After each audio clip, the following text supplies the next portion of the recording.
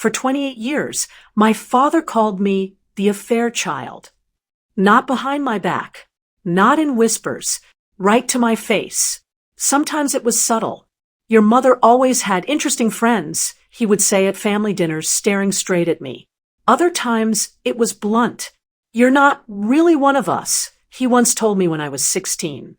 The first time I heard it, I was too young to understand. Your one click can keep these stories alive. Subscribe, because every voice deserves to be heard. Don't miss out on the journey. Subscribe, and let's grow, laugh, and learn together. I was 7. We were at a family barbecue. My cousins were running around the yard while the adults sat under a large umbrella drinking iced tea. I had just scored a goal during a backyard soccer game and ran over excitedly. Dad, did you see that? He looked at me with an expression I didn't recognize then, but I would learn to recognize later. Disgust. Don't call me that, he said flatly. The table went quiet. My mother quickly grabbed my shoulder. He's joking, she said nervously, but my father didn't smile. Am I? He replied. My uncle coughed awkwardly. My grandmother suddenly became very interested in her plate. I stood there, confused, while the adults avoided my eyes. That was the day I first heard the phrase, the affair child. According to my father, my mother had cheated years ago, and I was the result. He never showed proof. He never explained details, but he repeated it often enough that the entire family accepted it as fact. My older brother and sister treated me differently after that. Not cruelly at first, just distant, like I was some guest who had stayed too long. At school, life was normal. At home, it wasn't. My father never hit me, never yelled much either. But he mastered something far worse, constant rejection. He never attended my school events, never came to my graduations, never once said he was proud of me. Whenever relatives asked why we didn't look alike, he would laugh and say, well, there's a reason for that. Everyone would chuckle awkwardly. I would pretend not to hear.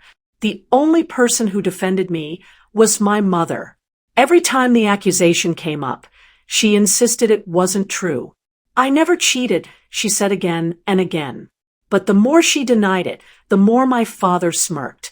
Then, explain him, he would reply, pointing at me. Eventually, I stopped asking questions. If my own father didn't believe I was his son, what was the point? So I grew up learning something important. If people didn't want me as family, I'd build a life without depending on them. By 28, I had a stable career, my own apartment, and a life that existed mostly outside my parents' house. I visited only on holidays, and every visit followed the same pattern. Cold greetings, forced conversations, my father's quiet, mocking comments. But everything changed one evening during my cousin's engagement party.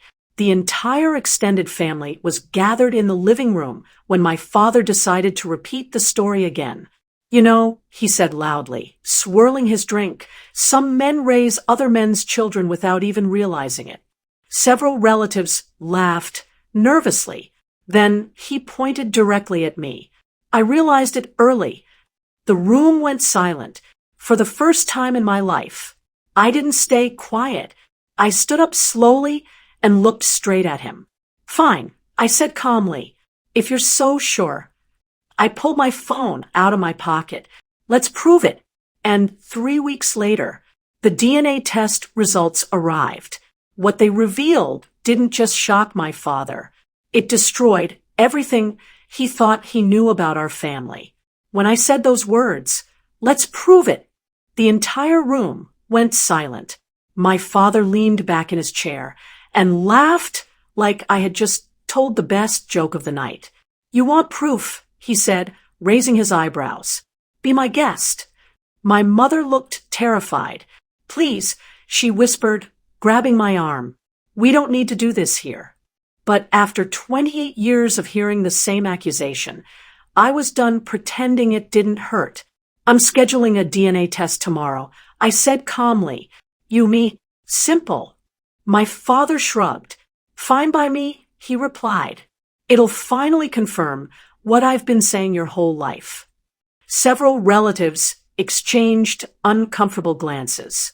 Some clearly thought this had gone too far, but no one stopped it. 3 days later, we were sitting in a small medical office.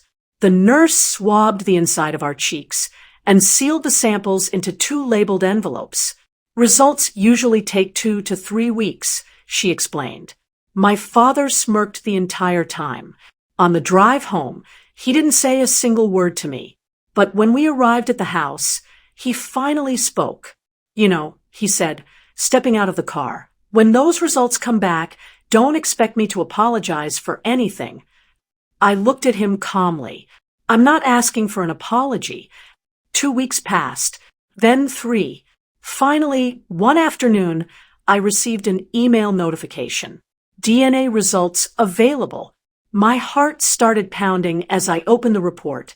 At first, the scientific language made it hard to understand. Then I saw the line that mattered. Probability of paternity, 99.99%. I read it again and again. There was no doubt. The man who had spent my entire life calling me the affair child was my biological father. For a long moment, I just sat there staring at the screen. 28 years of accusations. 28 years of humiliation, all proven wrong by a single document. That evening, I drove straight to my parents' house. The entire family was there for dinner again. Perfect timing.